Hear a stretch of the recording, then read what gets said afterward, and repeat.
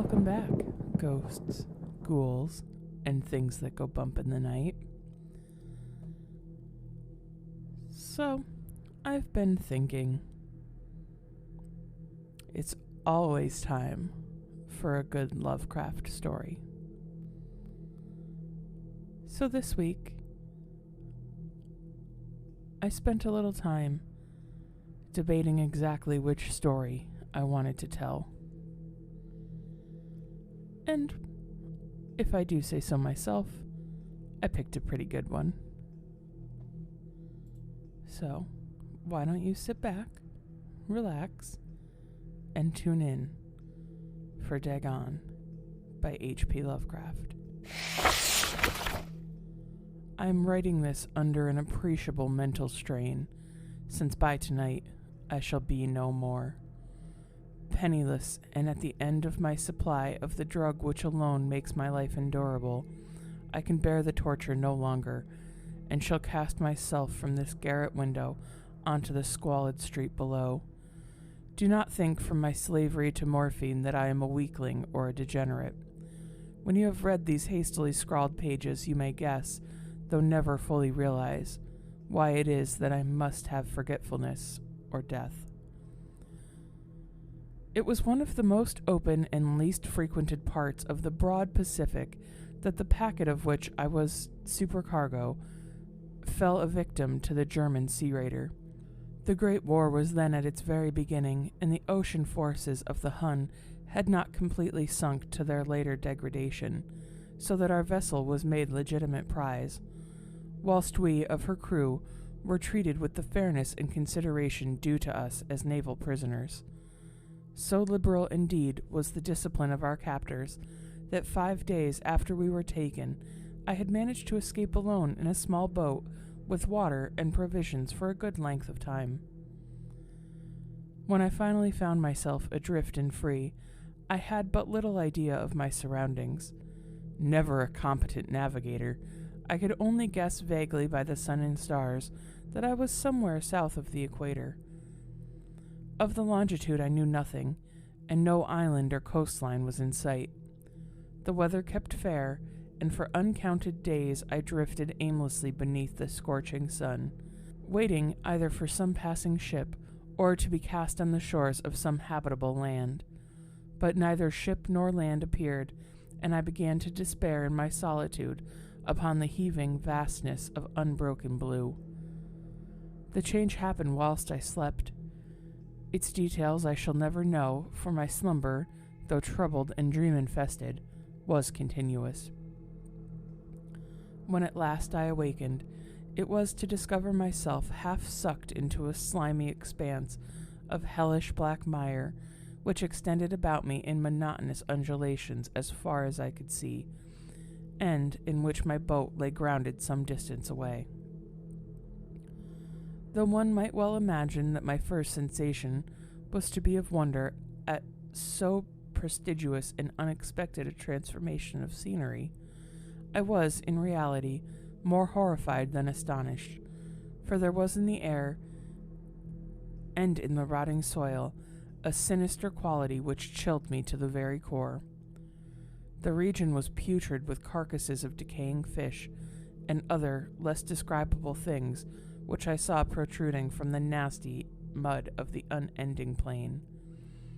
Perhaps I should not hope to convey in mere words the unutterable hideousness that can dwell in absolute silence and barren immensity.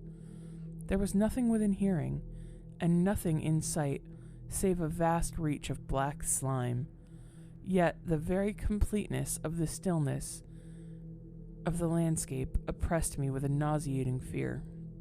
The sun was blazing down from a sky which seemed to me almost black in its cloudless cruelty, as though reflecting an inky marsh beneath my feet. As I crawled into the stranded boat, I realized that only one theory could explain my position. Through some unprecedented volcanic upheaval, a portion of the ocean floor must have been thrown to the surface, exposing reasons which for innumerable millions of years had lain hidden under unfathomable watery depths. So great was the extent of the new land which had risen beneath me that I could not detect the faintest noise of the surging ocean, strain my ears as I might, nor were there any seafowl to prey upon the dead things. For several hours I sat thinking or brooding in the boat, which lay upon its side and afforded a slight shade as the sun moved across the heavens. As the day progressed, the ground lost some of its stickiness and seemed likely to dry sufficiently for traveling purposes in a short time. That night I slept but little, and the next day I made for myself a pack containing food and water, preparatory to an overland journey in search of the vanished sea and possible rescue. On the third morning, I found the soil dry enough to walk upon with ease.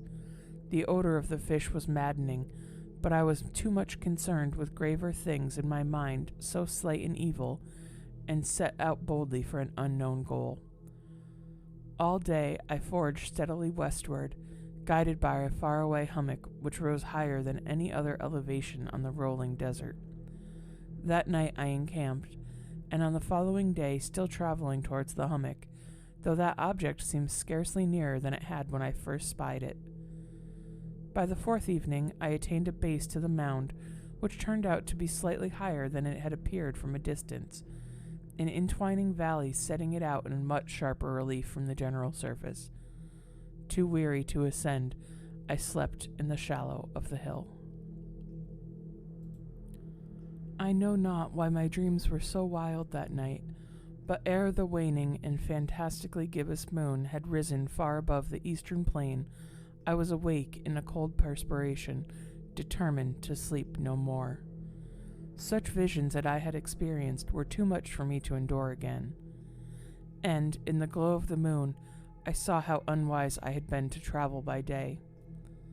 Without the glare of the parching sun, my journey would have cost me less energy. Indeed, I now felt quite able to perform the ascent which had deterred me at sunset. Picking up my pack, I started for the crest of the eminence. I have said that the unbroken monotony of the rolling plain was a source of vague horror to me, but I think my horror was greater when I gained the summit of the mound and looked down onto the other side into an immeasurable pit or cañon, whose black recesses of the moon had not yet soared high enough to illuminate. I felt myself on the edge of the world, peering over the rim into an unfathomable chaos of eternal light, though my horror ran through the curious reminiscence of Paradise Lost and of Satan's hideous climb through the unfashioned realm of darkness.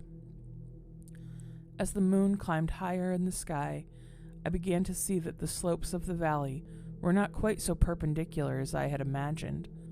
Ledges and outcroppings of rock afforded fairly easily footholds for a descent, whilst after a drop of a few hundred feet, the declivity became very gradual. Urged on by an impulse which I cannot definitely analyze, I scrambled with difficulty down the rocks and stood on the gentler slope beneath, gazing into the deep Stygian depths where no light had yet penetrated. And that, my lovely listeners, is where I'm afraid we'll have to pause for this week. I don't know about you, but I'm really interested in seeing where our stranded narrator is going to end up and what horrors he may uncover in this deep, dark chasm.